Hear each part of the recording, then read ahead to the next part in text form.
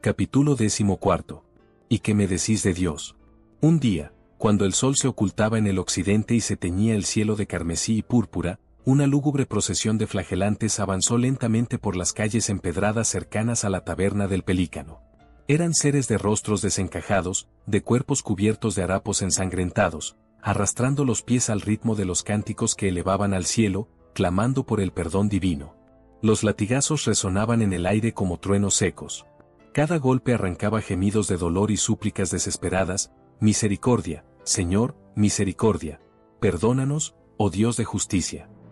Los penitentes avanzaban en filas desordenadas, golpeándose la espalda con disciplinas de cuero, cuya punta de hierro se clavaba en su carne, dejando regueros de sangre en la calle. Entre los gritos de sufrimiento, algunos caían de rodillas, llorando, implorando que la cólera divina cesara y la peste negra abandonara las ciudades y aldeas. El hedor de la sangre y el sudor se mezclaba con el incienso que portaban en turíbulos oscilantes, creando una atmósfera irreal, casi espectral. Solón, quien vagaba por la calle, quedó paralizado al ver la procesión. La mezcla de gritos de dolor y fervor le heló la sangre. Buscó apartarse, pero el gentío le cerraba el paso. Con una rápida maniobra, logró guarecerse en la taberna del Pelícano, cerrando la puerta tras de sí con un suspiro de alivio. Sin embargo, la imagen de aquella procesión quedó grabada en su mente. Se pasó la mano por la frente, como si con ello pudiera despejar su confusión. Miró a su alrededor y, aún jadeante, preguntó en voz alta: ¿alguien sabe con certeza qué es lo que acabo de presenciar? ¿Qué era esa extraña procesión? Ioan Petru Culianu, quien se hallaba sentado junto a una vela que apenas iluminaba su rostro, alzó la mirada con una sonrisa leve y condescendiente. Observó la expresión desconcertada de Solón y, con la calma de un erudito, le explicó: has presenciado a los flagelantes, un movimiento de penitencia extrema que floreció en tiempos de desesperación. Su auge se dio en el siglo XIV, cuando la peste negra diezmaba la población de Europa. Creían que, mediante la autoflagelación, podían purgar los pecados de la humanidad y apaciguar la ira de Dios. Caminaban de ciudad en ciudad, formando comunidades itinerantes que se azotaban públicamente, convencidos de que su sufrimiento podría expiar los pecados del mundo. Su fe los llevaba al límite de la resistencia humana. Solón, aún turbado, frunció el ceño. Culianu continuó, con su tono pausado y reflexivo: desde mi perspectiva, los flagelantes representan el rostro más extremo del anhelo de redención. Buscaban expiar la culpa colectiva en un ritual de sufrimiento. Pero no deja de ser una paradoja, castigar el cuerpo para salvar el alma. Una idea muy medieval, por cierto. Teología y miedo entrelazados en un espectáculo de sangre y fe. Este fenómeno se repite a lo largo de la historia, aunque con diferentes máscaras. La noción de sacrificio como medio de salvación es una constante en la mente humana. En el fondo, todo esto nos habla del miedo a la muerte, del terror ante la incertidumbre. Cuando la razón no puede explicar el horror, el hombre busca en el dolor su propia absolución. Solón reflexionó en silencio, mientras las palabras de Culianu flotaban en el aire como un eco distante. La taberna quedó sumida en un mutismo pensativo. Afuera, los cánticos se desvanecían en la noche, arrastrados por el viento. El aire de la taberna seguía impregnado de un leve aroma a vino y especias, pero el ambiente se había vuelto denso tras la entrada abrupta de Solón.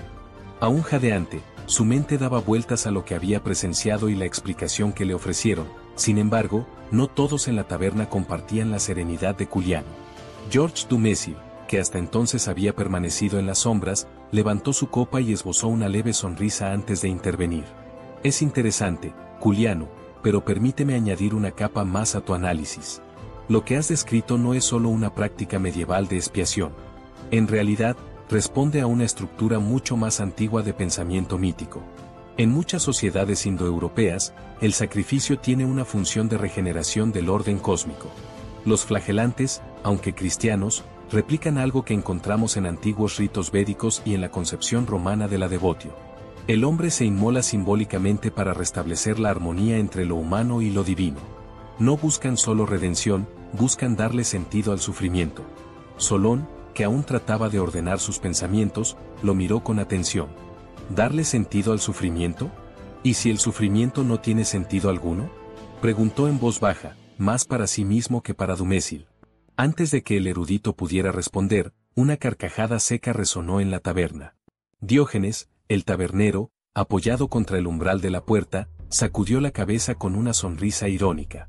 Entonces, decime, señores eruditos, dijo con su tono socarrón, ¿quién da poder a quién? ¿El hombre a Dios o Dios al hombre? ¿Quién da sentido a quién? ¿Quién da vida a quién?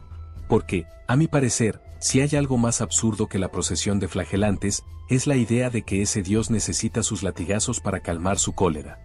Si el sufrimiento da sentido a la existencia, ¿qué nos dice eso de Dios? ¿Y si solo es un capricho de los hombres que temen mirar la muerte de frente? Las palabras flotaron en el aire como el humo de una vela a punto de extinguirse. Un murmullo recorrió la taberna. Algunos asentían en silencio, otros fruncían el ceño, y Solón sintió que su confusión se volvía aún más profunda. Culianu, tras un momento de reflexión, apoyó los codos en la mesa y entrelazó las manos. Tal vez la pregunta correcta no sea quién genera a quién, sino por qué insistimos en hacerlo. El miedo, querido Diógenes, el miedo es el hefesto de nuestras creencias. Dumézil bebió un sorbo de vino antes de añadir con una sonrisa críptica. O quizás la necesidad de construir relatos en los que podamos sobrevivir a la muerte. Solón no dijo nada. Se limitó a mirar la vela sobre la mesa, observando cómo la llama parpadeaba con el aire que se filtraba por las rendijas de la puerta. Afuera, los cánticos se desvanecían en la noche, mientras la procesión seguía su camino hacia la oscuridad. Las palabras de Diógenes aún flotaban en el aire cuando una carcajada más grave, más feroz, se elevó desde un rincón oscuro de la taberna. «¡Ah, Diógenes!», exclamó Friedrich Nietzsche, inclinándose hacia la luz de las velas, con los ojos encendidos de fervor. «Me regocija tu ironía, pero dime, ¿qué nos dice el sufrimiento de Dios? Nada. Nos habla del hombre, del esclavo que se aferra a su propia miseria, que se azota para suplicar un perdón inexistente. Dios ha muerto, Diógenes, y el hombre lo ha asesinado. No es su latigazo lo que mantiene su divinidad, sino la cobardía de quienes aún lo sostienen en sus corazones. Esa procesión no es más que el lamento de los huérfanos de su propia creación». «Ah, Nietzsche». Diógenes sonrió con sorna, sirviéndose una copa de vino, y sin embargo, aunque proclame su muerte, su sombra sigue gobernando a los hombres. El Dios muerto sigue vivo en las reglas, en los mandamientos, en las estructuras que nos rigen. Mira a estos flagelantes, ¿de verdad crees que Dios ha muerto para ellos? Siguen sangrando por él, siguen temiéndolo. Porque aún no han entendido la magnitud del crimen. Rugió Nietzsche. Se han convertido en sus propios verdugos, han sustituido a Dios por su propia culpa. La muerte de Dios no es un hecho, es un proceso. Mientras haya quienes busquen redención en el sufrimiento, el cadáver de Dios seguirá pudriéndose en el corazón del hombre. Michel Foucault, que hasta entonces había permanecido en silencio, giró su copa entre los dedos y sonrió con la malicia de un observador que disfruta desmontando los esquemas de los demás. «Curioso», dijo con voz serena, «pero si Dios ha muerto, Nietzsche, ¿por qué sigues hablando de él? ¿Por qué sigues debatiendo con su espectro? No es Dios quien sigue existiendo, sino el poder que lo reemplazó. Las estructuras de la disciplina, del castigo, del conocimiento. Dios ha muerto, sí, pero el hombre ha sido encerrado en una nueva prisión, la de los discursos, la de las instituciones que regulan su cuerpo y su pensamiento». «Bah», exclamó Nietzsche, golpeando la mesa. «No necesito a Dios para entender la esclavitud. El hombre no ha sido encerrado, se ha entregado voluntariamente. Prefiere la servidumbre al vértigo de la libertad. Prefiere la ley a la voluntad. Y tú, Foucault, con tus genealogías del poder, ¿acaso no ves que detrás de esas redes de disciplina no hay nada? No hay esencia, no hay verdad. Solo voluntad de poder, la lucha por imponer un significado en el vacío. El hombre debe superarse o perecer». «Ah, pero ahí radica el problema», respondió Foucault con una sonrisa enigmática. «¿Qué hombre? Porque el hombre, tal como lo concebimos, también está muriendo. No es más que una figura en la arena, dibujada por un discurso que cambia, por una historia que se reescribe. Si Dios ha muerto, Nietzsche, el hombre es el próximo cadáver». Un murmullo recorrió la taberna. Diógenes, riendo entre dientes, alzó su copa. «Brindo por eso. Por la muerte de Dios y la muerte del hombre. Y cuando ambos hayan desaparecido, ¿qué quedará?». Nietzsche se inclinó hacia adelante, con la mirada incendiada. «El superhombre». Foucault lo miró con la frialdad de un arqueólogo que contempla una ruina. «No. Solo quedará el poder, cambiando de manos, reescribiendo al hombre una y otra vez hasta que ya ni siquiera sepamos lo que somos». Solón, que hasta ese momento había permanecido en silencio, se enderezó de su asiento, mirando de manera fija tanto a Culianu como a Dumézil. La luz de la vela reflejaba en sus ojos, mientras su mente parecía ordenar con rapidez las preguntas que lo habían atormentado. ¿Qué es lo que estamos realmente buscando?, dijo, su voz rasposa, pero llena de determinación. Vosotros habláis de sacrificios, de sufrimiento que purifica, de miedo que moldea nuestras creencias. Pero, ¿es esto lo que necesitamos? ¿Una explicación cómoda para nuestra fragilidad? Si la muerte nos acecha, ¿es la respuesta simplemente intentar entenderla o resistirla? Porque lo que veo aquí son solo hombres que, por miedo, construyen relatos para calmar su ansiedad ante lo desconocido. El aire en la taberna parecía volverse más denso con la fuerza de sus palabras. Culianu lo miró con una ligera sonrisa, como si esperara que el joven pensara de forma más sistemática. Solón, dijo Culianu con calma, la búsqueda de la verdad no es algo fácil. Uno puede buscarla en la razón, en el sufrimiento, o incluso en la fe. Pero, al final, todos esos caminos nos llevan a una pregunta fundamental: ¿qué es lo que buscamos en la verdad? ¿La respuesta definitiva, o simplemente una forma de hacer que el caos sea soportable? Solón frunció el ceño, claramente insatisfecho. No quiero respuestas que suavicen el dolor. No quiero soluciones convenientes. Quiero saber si realmente existe una verdad, algo que no dependa de nosotros, algo que esté más allá de nuestra necesidad de encontrarle sentido a todo. No puede ser que nuestra existencia se reduzca a contar historias sobre lo que no comprendemos. Dumézil, quien había estado observando el intercambio con interés, inclinó ligeramente la cabeza. Solón, quizá te equivoques al pensar que lo que hacemos es simplemente contar historias. El sacrificio y la devoción no son solo relatos, son intentos de encontrar equilibrio en un universo que nos supera.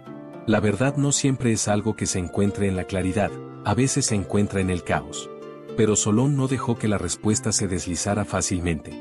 ¿Y si el caos es la verdad, quién puede vivir con ella?, replicó, cada palabra impregnada de un cierto desdén, como si no estuviera dispuesto a aceptar tan fácilmente que todo fuera una construcción del hombre.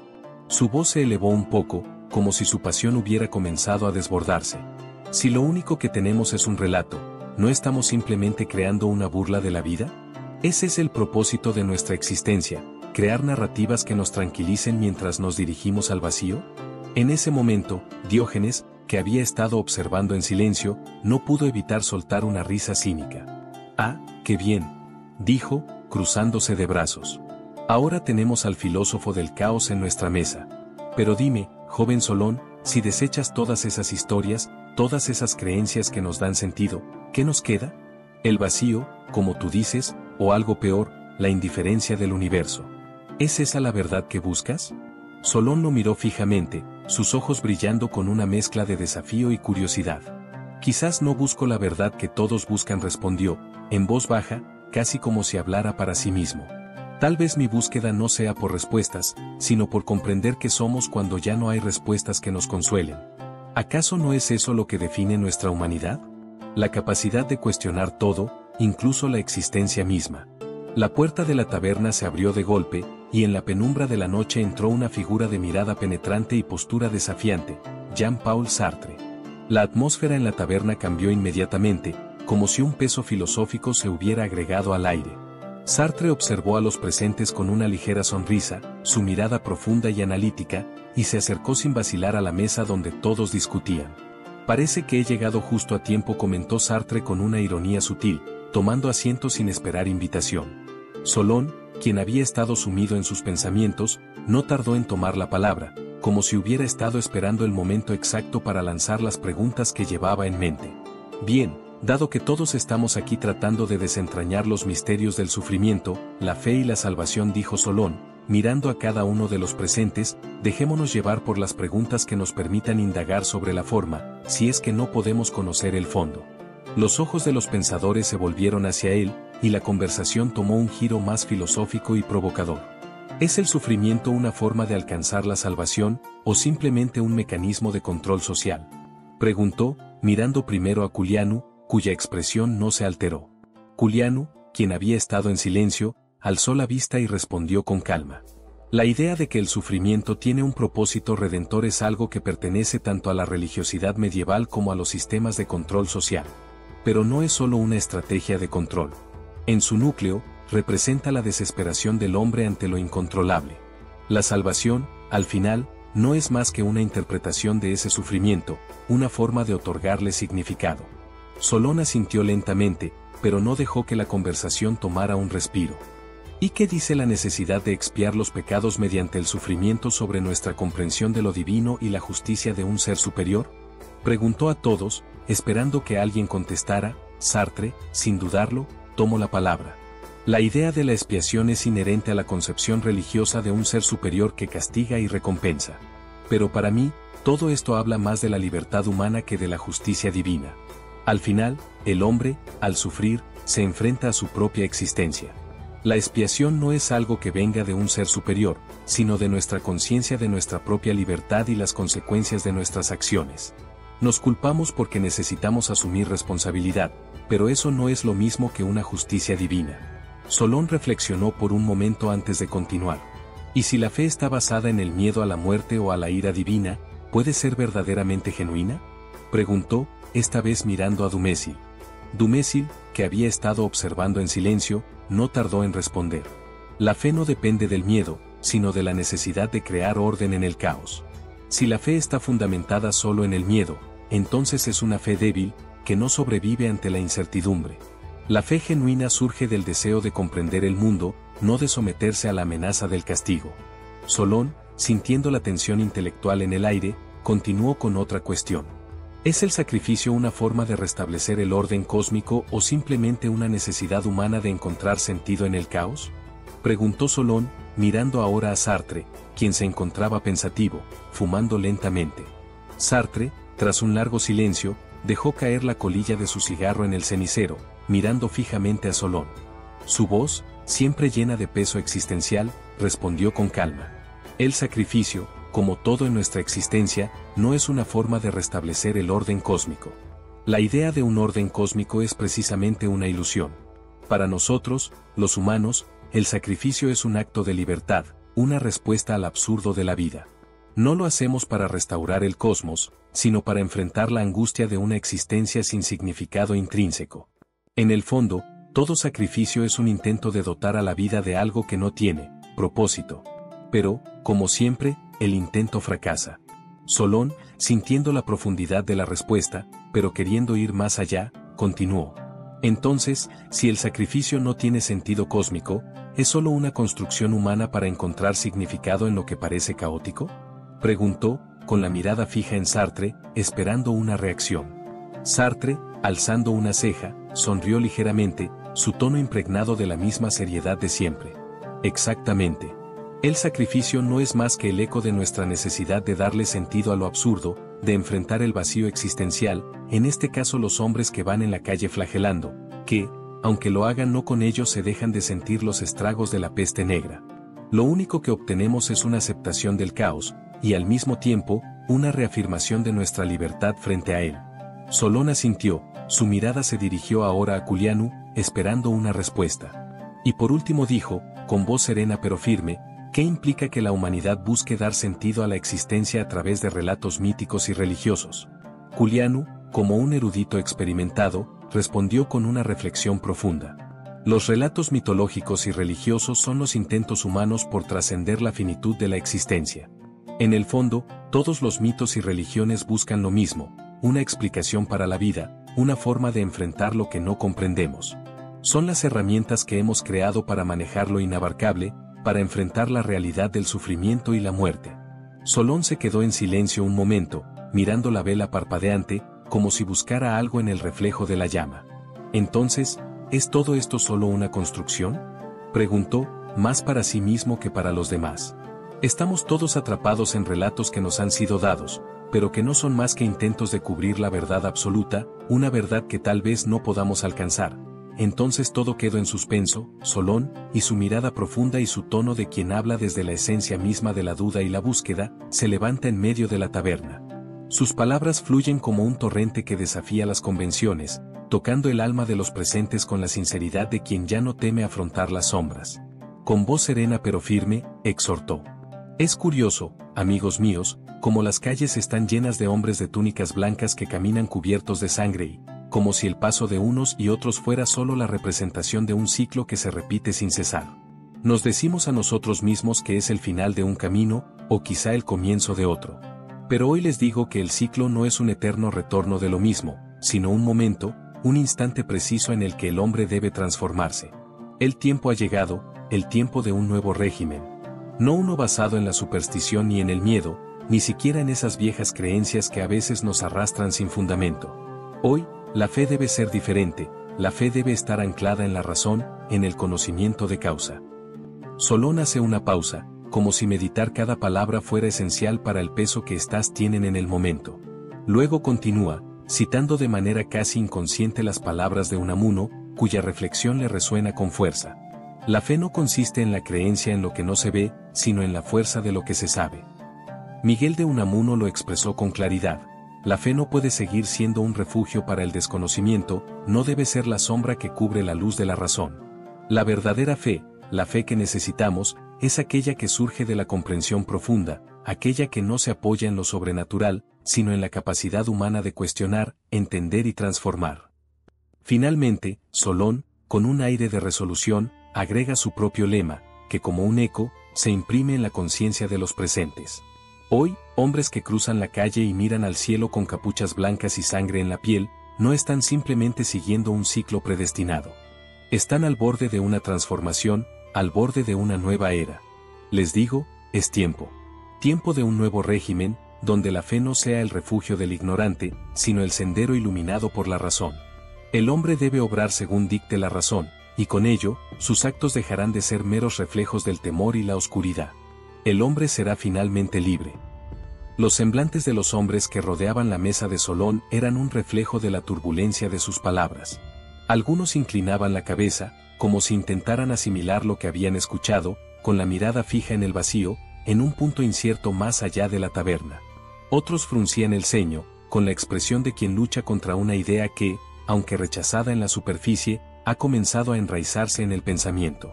Un murmullo denso se extendió entre los presentes, apenas contenido por el peso del discurso. Un hombre de barba entrecana apretó el puño sobre la mesa, como si intentara aferrarse a algo sólido en medio del vértigo de la incertidumbre. Otro, más joven, se llevó la mano al pecho, como si el fuego de aquellas palabras le hubiese atravesado el alma. Pero también hubo miradas duras, cejas enarcadas con escepticismo y labios crispados, como si Solón hubiera osado profanar verdades demasiado antiguas para ser cuestionadas. Él, sin embargo, no tembló. Sus ojos recorrieron los rostros ante él con la calma de quien ha visto la tempestad y ha decidido caminar hacia ella. Y entonces, con una última pausa, dejó caer sus palabras finales, sabiendo que, más allá de la aceptación o el rechazo, había sembrado una inquietud que ninguno de los presentes podría ignorar.